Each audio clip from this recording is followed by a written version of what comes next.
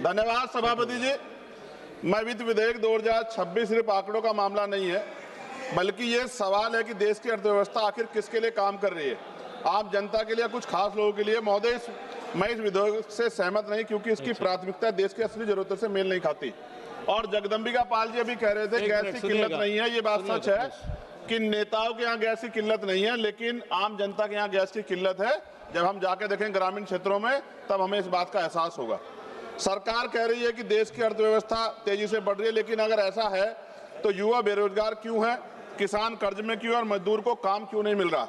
माननीय वित्त मंत्री जी बताएं कि 7% जीडीपी ग्रोथ का सीधा लाभ देश के किस वर्ग की आमदनी में कितने प्रतिशत बढ़ोतरी के रूप में दिखाई दे रहा है। टैक्स व्यवस्था से बोझ किस पर और राहत किसको। सरकार कहती है कि टैक्स सिस्टम आसान किया गया है, लेकिन सच्चाई यह है कि ज्यादा बोझ उसी पर पड़ता है जो अपनी कमाई रोजमर्रा के खर्चों में लगाता है। टैक्स का मकसद सिर्फ पैसा जुटाना नहीं, बल्कि लोगों को राहत भी देना भी होता है। सरकार कहती है कि विदेश नीति मजबूत है, लेकिन क्या इससे महंगाई कम हुई, क्या इससे ऊर्जा सस्ती हुई, क्या पेट्रोल डीजल सस्ता हुआ। अगर हम सस्ता तेल खरीद रहे हैं तो उसका फायदा जनता को कम मिलेगा। महोदय, रूपा केवल एक मुद्रा नहीं, ये देश की आर्थिक ताकत और आत्मविश्वास का प्रतीक है। आज स्थिति यह है कि लगातार डॉलर के मुकाबले रुपया कमजोर हो रहा है, जिसके कारण पेट्रोल डीजल गैस सब महंगा हो रहा है। माननीय वित्त मंत्री जी बताएं कि रुपए की गिरावट को रोकने के लिए वित्त विधेयक 2026 में कौन से ठोस कदम उठाए गए हैं। क्या कोई स्पष्ट रोड मैप है जिससे रुपया स्थिर और मजबूत हो सके। महोदय, महंगाई पर आंकड़ों में राहत, लेकिन घर के बजट में दबाव है। सरकार कहती है कि महंगाई नियंत्रण में है, जबकि मौसमी के जनवरी 2026 के आधिकारिक सीपीआई डेटा के अनुसार खुदरा मुद्रास्फीति 2.75% और खाद्य मुद्रास्फीति 2.13% रही। और कच्चे तेल की कीमतें अंतर्राष्ट्रीय बाजार में उतार चढ़ाव करती, लेकिन भारत में कीमतें हमेशा ऊंची रही, उसका लाभ जनता को नहीं मिला। बढ़ती गैस सिलेंडर की कीमत हर गरीब और मध्यम वर्गीय परिवार की चिंता कारण बनी हुई है। पहले नोटबंदी की लाइन और फिर ऑक्सीजन की लाइन, सिलेंडर की लाइन।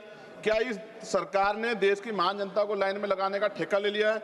आज पिछले कुछ दिनों से बेमौसम बारिश हो रही, जिसकी वजह से किसान की फसल खराब हो रही है। माननीय वित्त मंत्री बताएं कि बेमौसम बारिश से प्रभावित किसानों को समयबद्ध और पर्याप्त मुआवजा देने के लिए इस वित्त विधेयक में क्या ठोस व्यवस्था की गई है। महोदय, एमएसएमई क्षेत्र भारत की अर्थव्यवस्था की वास्तविक रीढ़ है। छोटे उद्योग की सबसे बड़ी समस्या जटिल ऋण प्रक्रिया, समय पर भुगतान, डिजिटल संक्रमण की लागत, बड़ी कंपनियों से असमान प्रतिस्पर्धा और बाजार तक पहुंच। क्या इनमें से किसी समस्या का समाधान इस विधेयक में निर्णायक रूप से लिया गया है। माननीय वित्त मंत्री जी बताएं कि वित्त विधेयक 2026 में ऐसा कौन सा बड़ा कदम उठाया है कि एमएसएमई, ग्रामीण, गैर कृषि क्षेत्र और महिलाओं के रोजगार को निर्णायक गति दे सके। 5 मिनट प्राथमिकता दी जाए ताकि व्यापार और किसान को इसका लाभ मिल सके।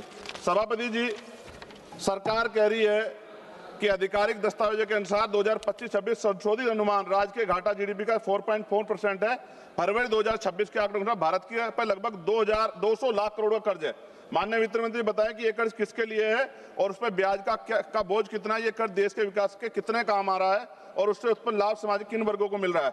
नगीना लोकसभा में माननीय वित्त मंत्री जी बताएं इस वित्त विधेयक के नगीना क्षेत्र की सड़क और बुनियादी ढांचे के लिए क्या विशेष प्रावधान किए गए हैं। मैं मांग करता हूं कि नगीना क्षेत्र में राष्ट्रीय राजमार्ग नेटवर्क से प्रभावी रूप से जोड़ा जाए। विशेष रूप से नगीना, बिजनौर और मेरठ कॉरिडोर को प्राथमिकता दी जाए ताकि उद्योग और व्यापार पर किसानों को सीधा लाभ मिल सके।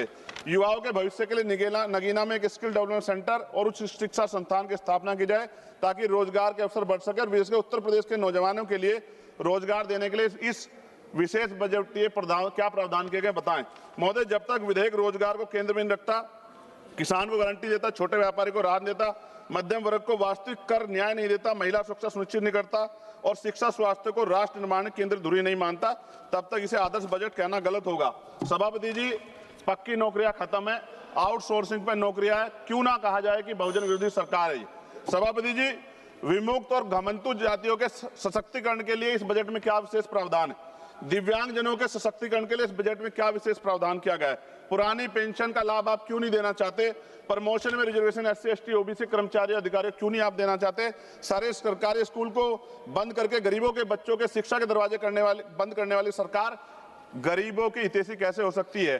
डबल इंजन की सरकार ने 2022 में सर वादा किया कि हम किसानों की बिजली माफ करेंगे और उनका कर्ज माफ करेंगे, लेकिन हमारे यहाँ सोने के तारे में उत्तर प्रदेश में बिजली आती है, गरीब आदमी उसका बिल नहीं अफोर्ड कर पाता।